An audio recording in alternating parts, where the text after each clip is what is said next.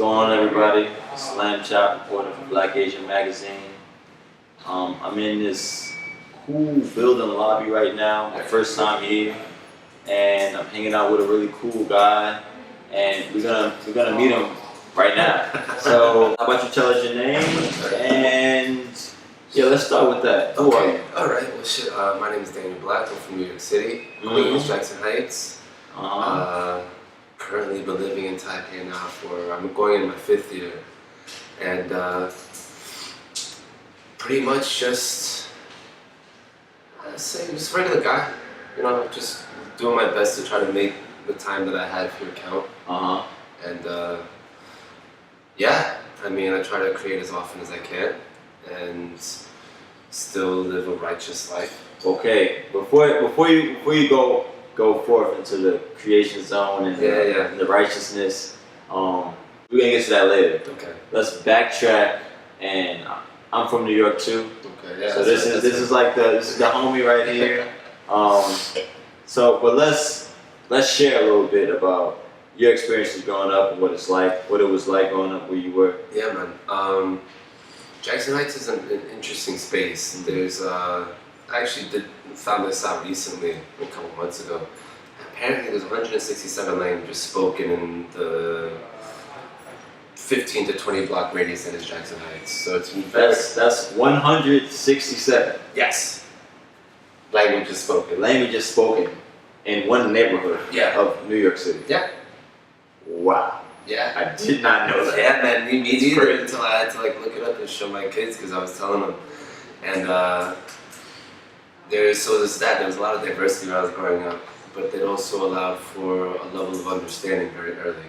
You know, if you're growing up in a space that's so multicultural and so diverse, the level of interaction that you have with all kinds of people starts early. So you become more comfortable, more used to it.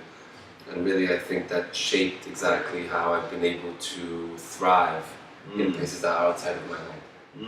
Wow, it's great that you mentioned that because the next thing I was gonna ask you about is you know what made you decide to, because it's true New York is a crazy diverse place, but it's still a bit constrained. It's still one city. Yeah, and I think of it as like a really fun box. So what made you decide to start traveling? And oh man, it was I think it was just the fact that something that you mentioned. It's a fun box. I realized that early, where I'd gotten the opportunity to go to school outside of New York.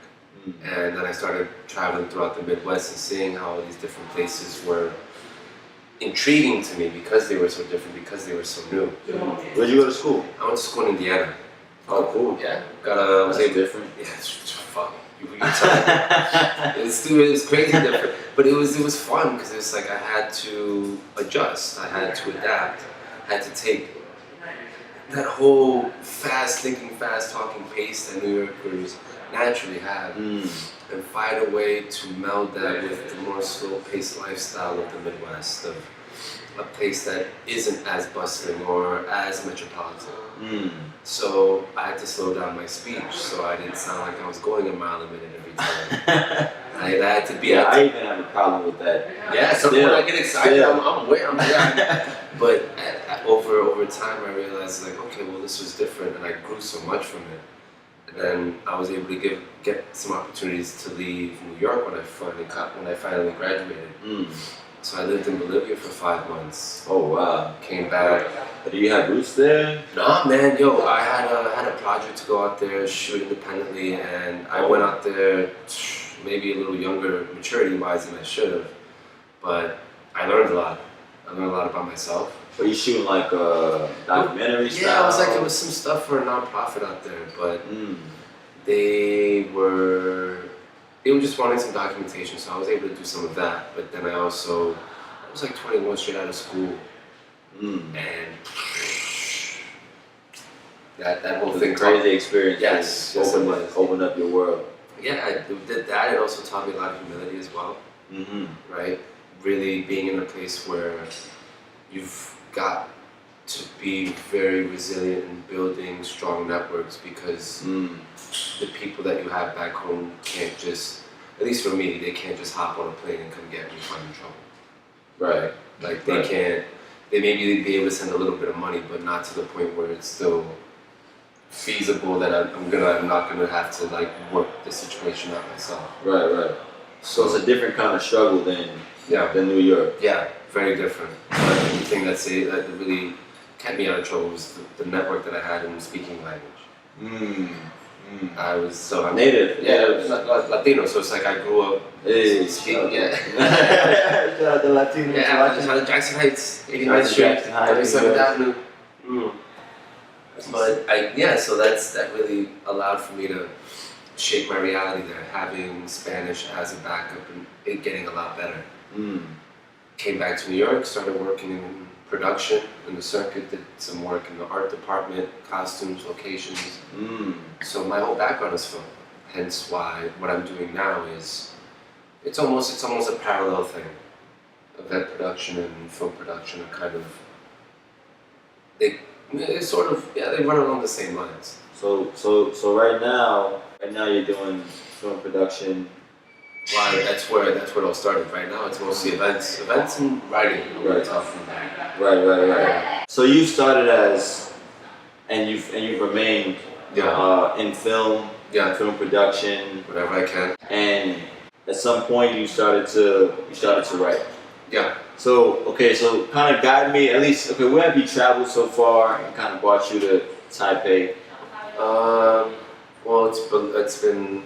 So before I came to Taipei, I was in Bolivia. I lived in Chicago for a bit, LA, and the whole time you're writing. I was in film production. I was always doing something related to film. Really, the writing started mostly in script writing. I learned that structure first, and I always read a lot. That's really prolific. Yeah, well, to be able to think ahead, and it all started with like comic books. So being like a comic book is pretty much why they're able to make the movies the way they are now, right? It's just it's storyboards. Right. Yeah. So it went from that into script writing, and then from script writing, I had time. I didn't have enough time because I was working on different parts of production. So the time that I would have, I didn't have.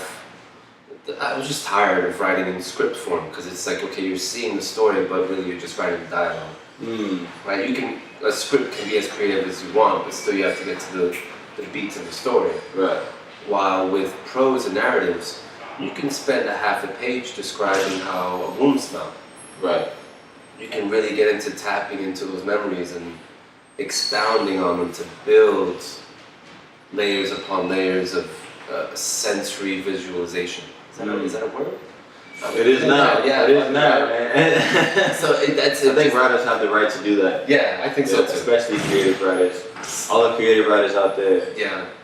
Don't cut up your Ebonic slang and your slurred New York speech just for the sake of like linguistic practicality. Ooh, create something nice. Linguistic practicality. We're doing it all the time. I like that. So yeah, man, it kept going from there, and then now I've kind of gone back to it as not as a refuge, but as a practice in tapping into myself in that way.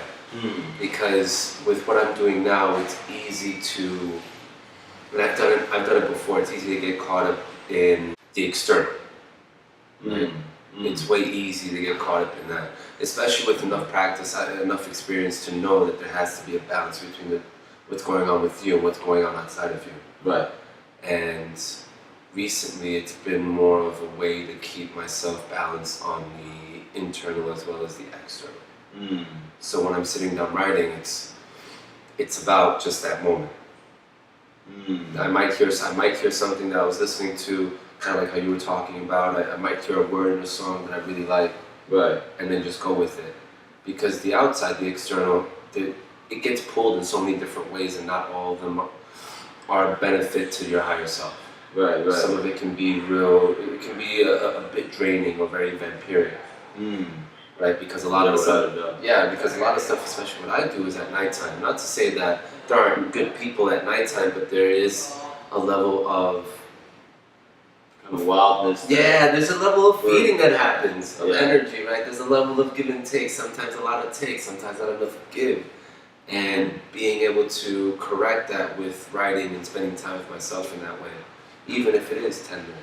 Right. Like that's a quick meditation process for me to like, all right, let me just get this down. Okay, and then look back. It's like, why was I writing about this? I can relate as a writer myself. As someone who's been doing it since high school, since like 15. It's been almost a decade where I really got into it and started writing as a form of escape, as a form of expression, to go to a kind of timeless space. It feels kind of like home, really. Back at it. Back to it. Quick break, I had to go take a piss. So we were talking about the writing. Yeah. Your journeys. Yeah. And you're using creative writing as an outlet. Yeah. So you've kept the writing, you've kept the film. Yeah. Through your travels. It's been through the US, and then the film is transformed into more of event production. Right. Because what I realized, especially in film, because it's so subjective. Like writing is subjective, right? Like right. I could write something for you and think it's the bomb. You could read it and be like, Of right. A film is the same way, where you could work 10 years on a film, show it to a bunch of people, and they could be like, it was alright. Reality. It's cool, but events, what ends up happening with that is that the amount of time it takes to create one, and then the instant feedback that you get from the people that are experiencing what you've already imagined in your head, all the little nuances in which you work to create this experience for others. You see it. You see how they're interacting, you see the little things that they're picking up, the performances, the music, the space. You can see how people are interacting with it immediately. And whether they vibe with it and they approve or they don't, you get that just off the bat too. Right. And you've taken this evolved format of, I guess this creativity, you've taken it to Asia. Yeah. And this is your first stop in Asia. This is my first stop. So this is home base. Yep. And this is where you first landed. Yep. Is it the only place in Asia that you've been? Nah, man. Macau, Hong Kong, Singapore, Korea, Thailand, Philippines, and I still have to get to Japan, Vietnam, Cambodia, I would say, and still mainland China. I've heard really good things about Bali. So I want to go check that out. Me too. It's like a crazy artist city. Yeah, but I want to go check that out. Like, traveling nomads and hipsters out there. For sure. But I would say in terms of just straight up home field advantage, Taiwan is my favorite place just because of the people that I've met, the way I've been able to build, how I grew up. I got here when I was 25 and I'm 30 now, so a good 5 years.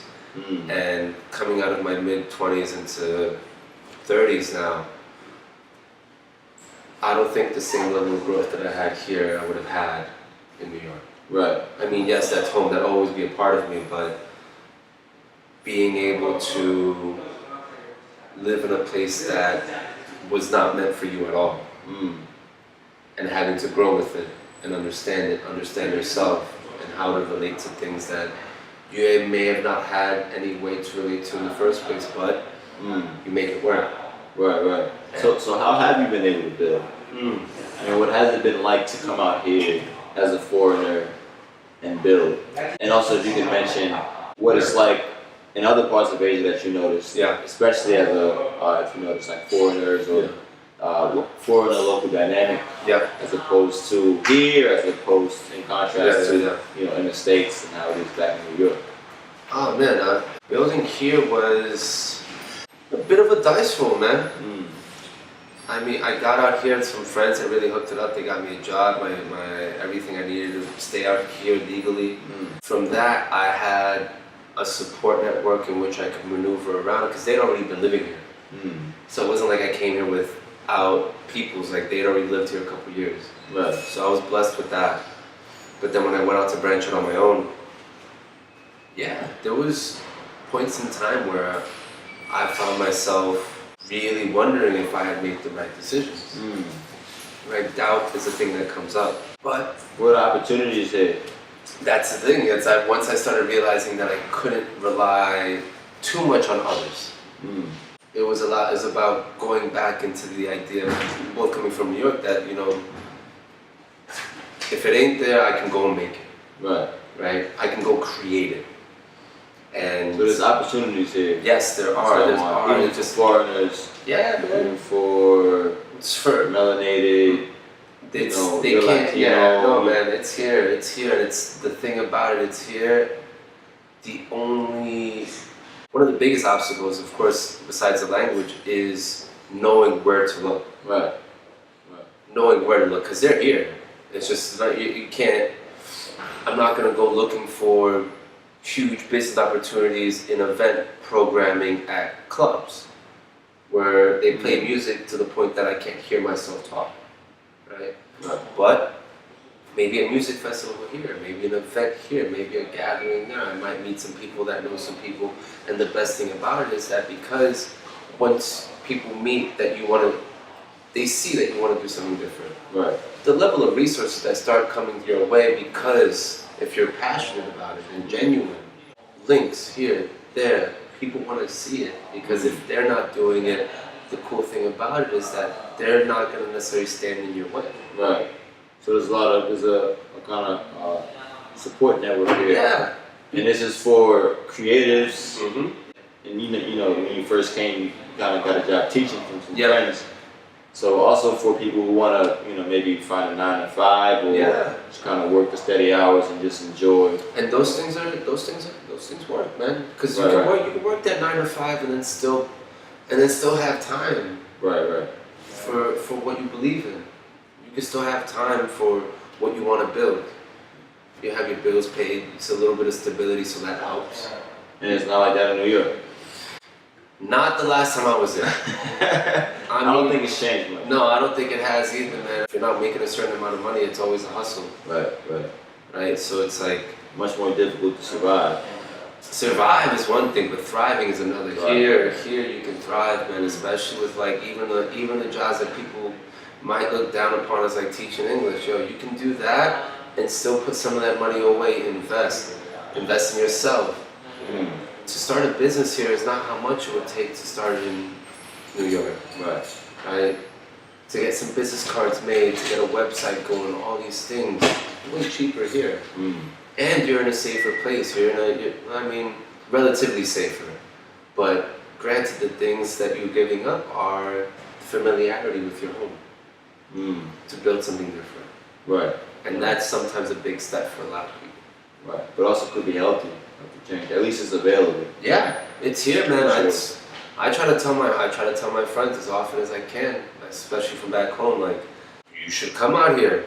You should come see it. Come check it out. Mm. I know that, okay, if I were to do what I'm doing here in New York, the ability to build would have been faster, but the level of impact that I could have had on the community and the culture would have been lessened by the fact that there's something like that already there. Here there is, you can see, there's a level of tangibility in the work that you're doing or the way you're impacting the people around you. You can see it. It's not like you're gonna wait 5-6 years. You can like get to it and then see what's going on and how it's changing. That's something that I really enjoy about this place. Right, so you're seeing results faster. You're seeing. Yeah, man. There's not as much competition, right? No, I mean there still is, of course, but it's in a different way, right? Because of the fact that the culture that we're in is more about saving face and. But also, good friend of mine, an OG.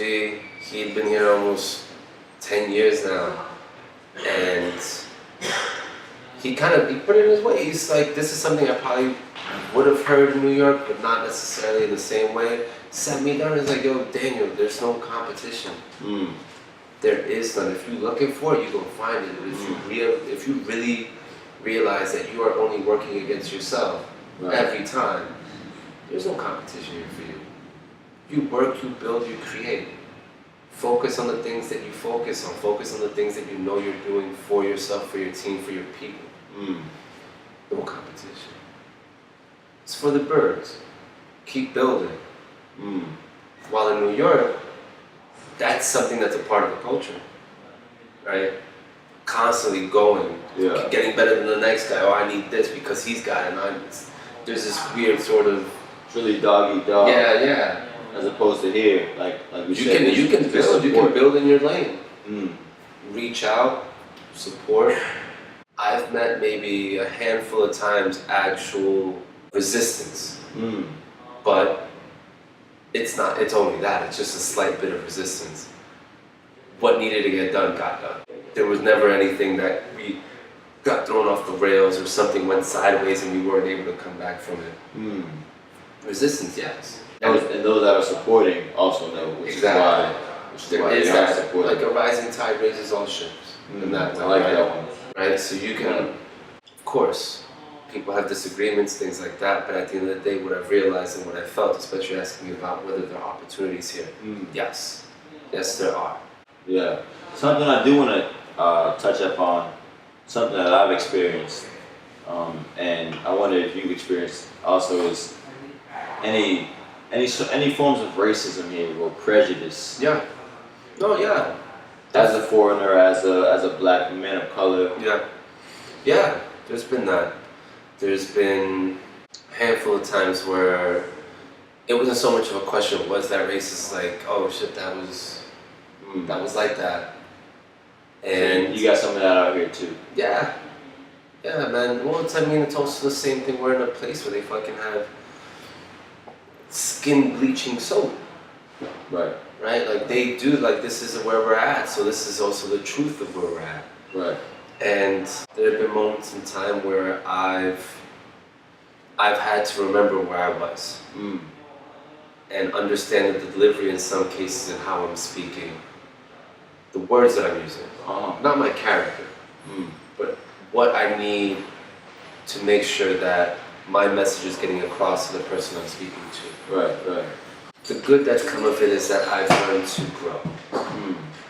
Not accept, but understand better. Right. Because understanding is, I mean, it's more of an ignorant racism, right? Yeah, it's not malicious. These These motherfuckers aren't coming at me, calling me a fucking nigga on the street. They're not doing that. Right. It's very subversive and indirect. Right, exactly. And it's from like a stigma and stereotype about you know what black people are like. They do it to each other here. They do it to each other here. The indigenous population gets a bunch of shit for how they look. Right.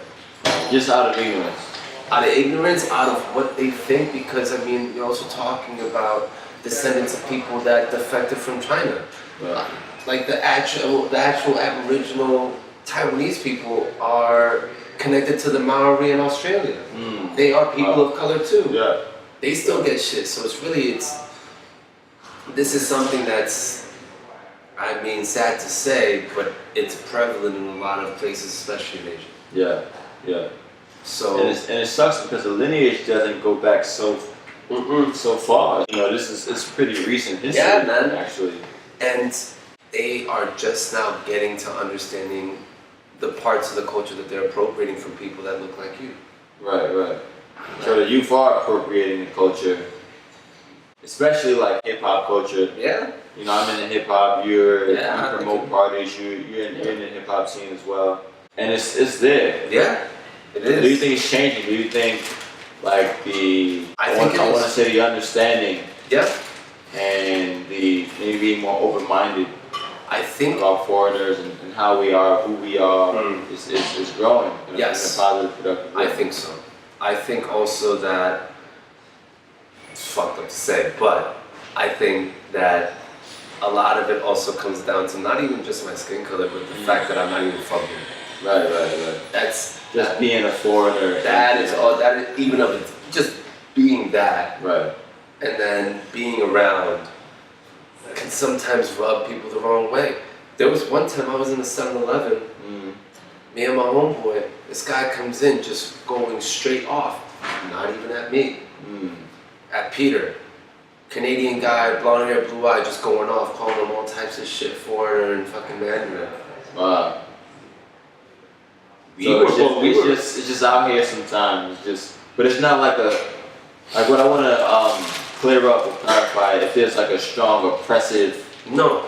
force? No. Or if it's just like the ignorant, like maybe like a localized ignorant that you find. It's a very indirect kind of way, and I've understood that maybe after like my third year here, I got it.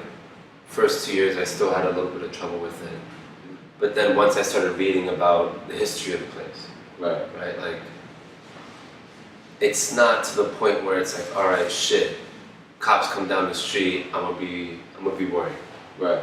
or I'm walking home at the end of the night, a little drunk, that I'm nervous. Because this is a very homogenous culture. It's not like I see people like me and lambs out in the street all the fucking time. Yeah. I'm walking. There's most times where I'm the only person of color or only foreigner. Right. On the train, on the street, or on a block, I don't feel a level of fear. But I do know that for some of the older generations, that wasn't a thing for them. Right. So, Which is why you're like a marvel. You're like a novelty. Yeah. Like me and you both, and when you come around, it's like take a photo. yeah, Oh it's my like, God! You're like, what is that? Can I touch your hair? And dude, I'm not afraid to get shot here. In New York, that's the thing. In New York, dude, I try to avoid the cops as often as possible. Yeah.